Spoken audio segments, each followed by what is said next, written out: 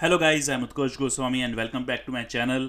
आज हम पढ़ेंगे एक बहुत ही इंपॉर्टेंट टॉपिक फिजिक्स का, यूनिफॉर्म एक्सेलरेटेड मोशन, जो कि नीट 2026 के लिए बहुत ज़्यादा इंपॉर्टेंट है। हर साल नीट एग्जाम में फिजिक्स के पोर्शन में इसके क्वेश्चंस पूछे जाते हैं। यूनिफॉर्म एक्सेलरेटेड मोशन के कई क्वेश्चंस पूछे जाते हैं और इससे रिलेटेड भी बहुत सारे क्वेश्चन पूछे जाते हैं। तो कि बहुत ही शानदार कॉन्सेप्ट है, बहुत ही इंपॉर्टेंट कॉन्सेप्ट है, तो इसको जल्दी से समझते हैं और इसका एक न्यूमेरिकल भी करेंगे। ठीक है, तो यूनिफॉर्म एक्सेलरेटेड मोशन होती क्या है?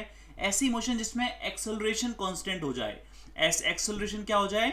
कांस्टेंट हो जाए, मतलब कि एक्सेलरेशन में चेंज ना हो। वेलोसिटी में तो चेंज हो। एक्सेलरेशन क्या होता है? Change in velocity with respect to time, but वो जो चेंज है वो कांस्टेंट हो थ्रू आउट द मोशन। तो ऐसी मोशन को हम कहेंगे यूनिफॉर्मली एक्सेलरेटेड मोशन। मतलब कि अगर एक्सेलरेशन 2 मीटर पर सेकंड स्क्वायर है तो पूरी मोशन में एक्सेलरेशन 2 मीटर पर सेकंड स्क्वायर ही रहेगा, 2 से 3 या 2 से 2.1 भी नहीं होगा। तो ऐसी मोशन को हम कहेंगे यूनिफॉर्मली एक्सेलरेटेड मोशन। इसमें हम d v by d t constant होता है, क्योंकि डीवी बाई डी टी क्या होता है? एक्सेलरेशन ही होता है। अब हम बात करते हैं, यहाँ देखो, यहाँ पर जो आपका वेलोसिटी टाइम ग्राफ शो हो रहा है, तो वेलोसिटी टाइम ग्राफ का जो स्लोप होता है वो हमें एक्सेलरेशन देता है। ओके, वेलोसिटी टाइम ग्राफ का स्लोप क्या होता है? डीवी बाई डी टी होता है। ये हमें क्या देता है? एक्सेलरेशन देता है। Slope of VT graph, slope of VT graph gives acceleration. Okay, और हम यहां देख सकते हैं कि स्ट्रेट लाइन आई है, मतलब कि वेलोसिटी में चेंज यूनिफॉर्म है। ये यूनिफॉर्म चेंज को दिखाता है। ठीक है, अगर वेलोसिटी में चेंज यूनिफॉर्मली हो रहा है, मतलब वेलोसिटी ग्रेजुअली एक स्ट्रेट लाइन शो कर रही है वेलोसिटी टाइम ग्राफ में, तो ये यूनिफॉर्म एक्सेलरेटेड मोशन को शो करेगा। ओके, यानी कि मोशन किस टाइप की है? यूनिफॉर्म एक्सेलरेटेड मोशन है। अब इसमें कुछ इक्वेशंस होती हैं। ये इक्वेशंस कब लगेंगी? जब एक्सेलरेशन कांस्टेंट हो। तो v is equals to u plus a t, s is equals to u t plus half a t square, v square is equals to u square plus 2as and s n is equals to u plus a by two 2n minus 1 when displacement in nth second की बात की जाए, nth second के displacement की बात की जाए, तो हम ये वाला फॉर्मूला यूज करेंगे। ओके, तो ये कुछ इक्वेशंस हैं, आप सभी को पता होंगी। और जो डिस्प्लेसमेंट का जो अपन nth सेकंड में निकालते हैं, इसके कई क्वेश्चंस पूछे जाते हैं डायरेक्टली, और ये काफी इंपॉर्टेंट है NEET examination point of view से। तो इसके क्वेश्चंस इस बार जरूर देख के जाना, ये काफी इंपॉर्टेंट है। ये फॉर्मूला काफी इंपॉर्टेंट रहेगा, s n is u plus a by two 2n minus 1। और अगर यहाँ पर फ्री फॉल होता है तो हम ए को जी से रिप्लेस कर देते हैं। ठीक है, ए की जगह क्या रख देते हैं? जी लिख देते हैं, विच इज ग्रेविटेशनल एक्सेलरेशन। यहाँ कुछ ग्राफ इस तरह से देखे जाते हैं, आप देख सकते हो। पोजीशन टाइम ग्राफ में हम देख सकते हैं डिस्प्लेसमेंट में यहाँ पैराबोला ऊपर की तरफ आ रहा है, क्योंकि एक्सेलरेशन का जो चेंज है वो पॉजिटिव है। अगर एक्सेलरेशन का चेंज नेगेटिव हो तो स्लोप नेगेटिव हो जाता है। डिस्प्लेसमेंट टाइम ग्राफ का स्लोप कैसा हो जाता है? इस तरह से नेगेटिव स्लोप हो जाता है। ठीक है, यहाँ बात की जा रही है डिस्प्लेसमेंट टाइम ग्राफ की। किसकी? डिस्प्लेसमेंट और टाइम ग्राफ की। अगर a लेस देन 0 है, नेगेटिव है, तो स्लोप नेगेटिव हो जाएगा। ठीक है, वेलोसिटी टाइम ग्राफ में आप देख सकते हो vt, यहाँ पर एक स्ट्रेट लाइन आती है इस तरह से। एक्सेलरेशन टाइम ग्राफ में हम देख सकते हैं ये एक पैरेलल लाइन शो करता है, क्योंकि एक्सेलरेशन कांस्टेंट है। ये कांस्टेंट को शो कर रहा है कि भाई एक्सेलरेशन में कोई चेंज नहीं हो रहा है। और ये दोनों ग्राफ बता रहे हैं यूनिफॉर्मली एक्सेलरेटेड मोशन को। ओके, जब पार्टिकल को थ्रो किया जाता है, वर्टिकली ऊपर की तरफ थ्रो किया जाता है, तो उसमें हमें कुछ कंडीशंस याद रखनी, कुछ फॉर्मूलाज याद रखने हैं। यानी कि जब हमने किसी पार्टिकल को ऊपर की तरफ फेंका है, तो हम ये कह सकते हैं कि उस पर ग्रेविटेशनल एक्सेलरेशन g जो है वो नीचे की तरफ लगता है, जो कि होता है 9.8 मीटर पर सेकेंड स्क्वायर का। और ये नीचे की तरफ होता है, ध्यान रखना, ये कहाँ होता है? नीचे की तरफ होता है। तो उस केस में टाइम ऑफ एसेंट और टाइम ऑफ डिसेंट दोनों बराबर होते हैं। मतलब पार्टिकल जितना टाइम ऊपर जाने में लगाएगा उतना ही टाइम वो नीचे आने में लगाएगा। तो दोनों की वैल्यू u बाई जी होती है। दोनों की वैल्यू क्या होती है? u बाई जी होती है। ठीक है, और अगर अपन टोटल की बात करें तो ये दोनों का सम हो जाएगा, मतलब 2u बाई जी हो जाएगा। Maximum height u square by 2g होती है। अभी डेरिवेशंस में नहीं जाते, सिर्फ फॉर्मुलास रीड करेंगे। v is equal to minus u by G होता है जब पार्टिकल नीचे पहुंचता है। जब पार्टिकल नीचे पहुंचता है तब उसकी वेलोसिटी कितनी होती है?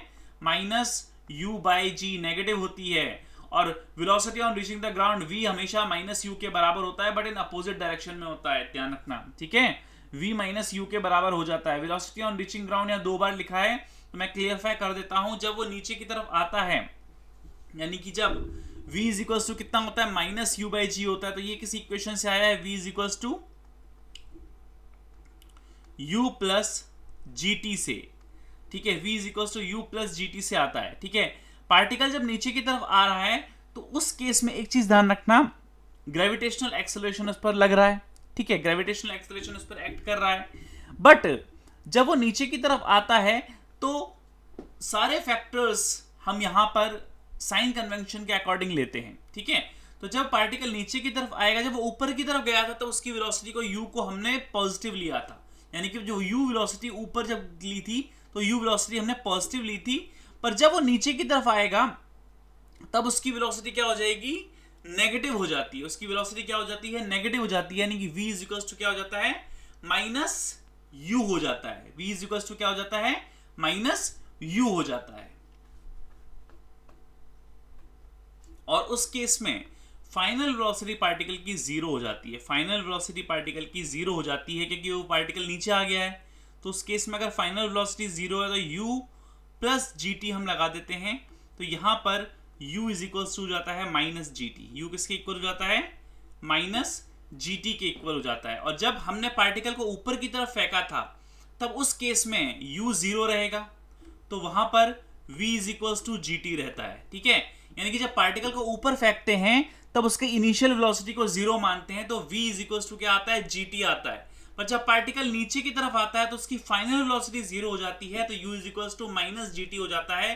तो हम ये कह सकते हैं कि जब पार्टिकल नीचे आता है ग्राउंड में तो v is equal to minus u होता है। ओके, तो ये चीज आपको कुछ इंपॉर्टेंट चीजें याद रखनी है। Galileo's law of odd numbers याद रखना है, 1:3:5:7 होता है, बिकॉज आपको पता है जो एसएन का फॉर्मूला है उसमें जो भी डिस्प्लेसमेंट होगा, अगर एक्सेलरेशन कांस्टेंट है, टाइम कांस्टेंट है, तो वो डायरेक्ट n-1 के प्रोपोर्शनल हो जाएगा। अब n की वैल्यू रखते रहो। फॉर एग्जांपल अगर 2 सेकंड की बात की है तो 1 आएगा, 2 सेकंड की बात की है तो 3 आएगा, 3 सेकंड की बात की है तो कितना आएगा, 3 सेकंड की बात की है तो 2 आएगा, ठीक है। इस तरह से ये वाला फॉर्मूला आपको लगा देना है, कौन सा, ये 2n-1 वाला। ओके, तो ये आपको चीज याद रखनी है। यहां पर मैं 2 लिखना भूल गया, यहां पर 2 आएगा। ओके, तो Sn is proportional to 2n-1, ये वाला फॉर्मूला आपको यूज करना है। और इस केस में Galileo's law of odd numbers में क्या होता है, जो Sn है वो डायरेक्टली प्रोपोर्शनल हो जाता है किसके, 2n-1 के प्रोपोर्शनल हो जाता है। तो इस केस में अगर n की वैल्यू रखते हो 0, 1, 2, 3, तो आपके पास रेशो आता है 1:3:5:7। ओके, स्टॉपिंग डिस्टेंस क्या होती है, स्टॉपिंग डिस्टेंस पे s is proportional to u square हो जाता है, ठीक है। यानी हम अगर इक्वेशंस की बात करें, v square minus u square is equals to 2gs की बात करें, सो 2as की बात करें, अगर हम इक्वेशन 2as की बात करें तो उस केस में क्या होता है, स्टॉपिंग में v की वैल्यू जीरो हो जाएगी। स्टॉपिंग मतलब पार्टिकल रुक गया तो v की वैल्यू जीरो हो गई, तो u square is equals to क्या हो जाता है, माइनस का 2as हो जाता है, ठीक है। और s की वैल्यू आती है उस टाइम, आपकी s की वैल्यू या अपन कह सकते हैं a की वैल्यू निकालना चाहो, एक्सेलरेशन की वैल्यू निकालना चाहो, जो डी एक्सेलरेशन होता है वो हो जाता है माइनस का u स्क्वायर बाय 2s, ठीक है। तो यहां पर ध्यान रखना, जो s है वो u स्क्वायर के प्रोपोर्शनल रहेगा, जो s है वो u स्क्वायर के क्या रहता है, प्रोपोर्शनल रहता है। एवरेज वेलोसिटी इन UAM ध्यान रखना, ये बहुत इंपॉर्टेंट है, u प्लस v बाय 2 होती है, ठीक है। तो ये सारे इंपॉर्टेंट फैक्टर्स थे, मैंने आपको बता दिए। अब एक क्वेश्चन करते हैं, एक कार मूव कर रही है 50 किलोमीटर पर आवर से, can be stopped by brakes after covering 6 metre, what would be the minimum stopping distance if the car is moving at a speed of 100 kilometre per hour. यानी आपको एक चीज ध्यान रखना है बेटा, यहाँ पर जो डिस्टेंस उसने कवर की है after stopping, after applying brake, वो है 6 मीटर, मतलब उसका जो डिस्प्लेसमेंट है वो 6 मीटर का है ब्रेक लगाने के बाद, after brakes, after applying brakes, after applying brakes उसका डिस्प्लेसमेंट 6 मीटर है, और उस टाइम उसकी जो वेलोसिटी थी वो 50 मीटर की थी, ठीक है।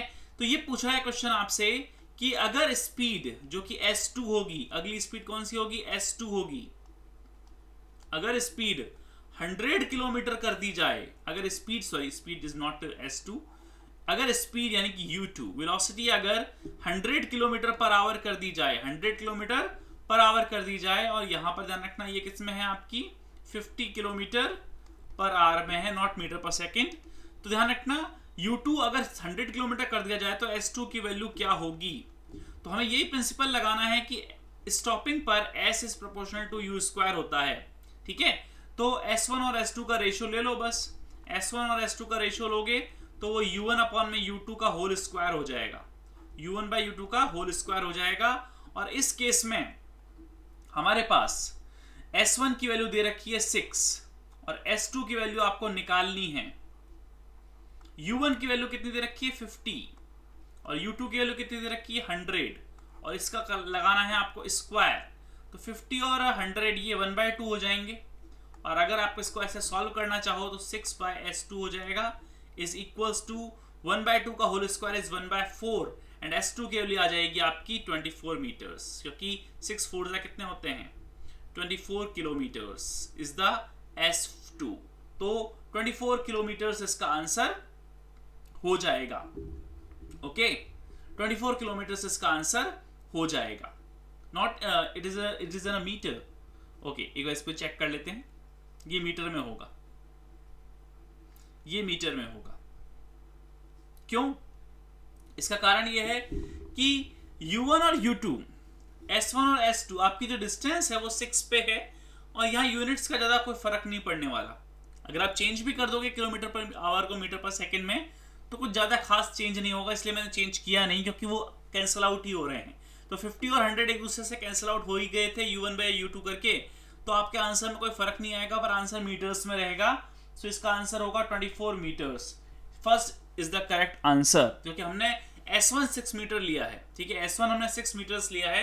अगर हम इसको किलोमीटर में चेंज करते तो फिर हमें कैलकुलेशन में थोड़ी सी चेंज करनी पड़ती, बाकी इसमें कोई चेंज ज्यादा कोई फर्क नहीं पड़ेगा कैलकुलेशंस का। तो ध्यान रखना S1 आपने 6 ले लिया, नो प्रॉब्लम। अब डिवाइड ही कर रहे हो तो यूनिट्स तो वैसे ही कैंसिल आउट हो ही जाती हैं और जो रेशियो आएगा वो इंपॉर्टेंट रहेगा। तो रेशियो हमारे पास क्या आया 1/2 और इसका होल स्क्वायर हमने कर दिया और 6 4 24, तो S2 की वैल्यू कितनी आ गई 24 metres. Okay not 2.4 metres, it is 24 metres. Okay so ये इसका करेक्ट आंसर होगा। होप ये क्वेश्चन आपको समझ में आया होगा और ये सीरीज ये जो वीडियो है इसका जो कॉन्सेप्ट है यूनिफॉर्म एक्सेलरेटेड मोशन का, ये कॉन्सेप्ट आपको अच्छी तरह से क्लियर हुआ होगा। थैंक्स फॉर वॉचिंग, मिलते हैं फिर अगले वीडियो में एक नए कॉन्सेप्ट के साथ।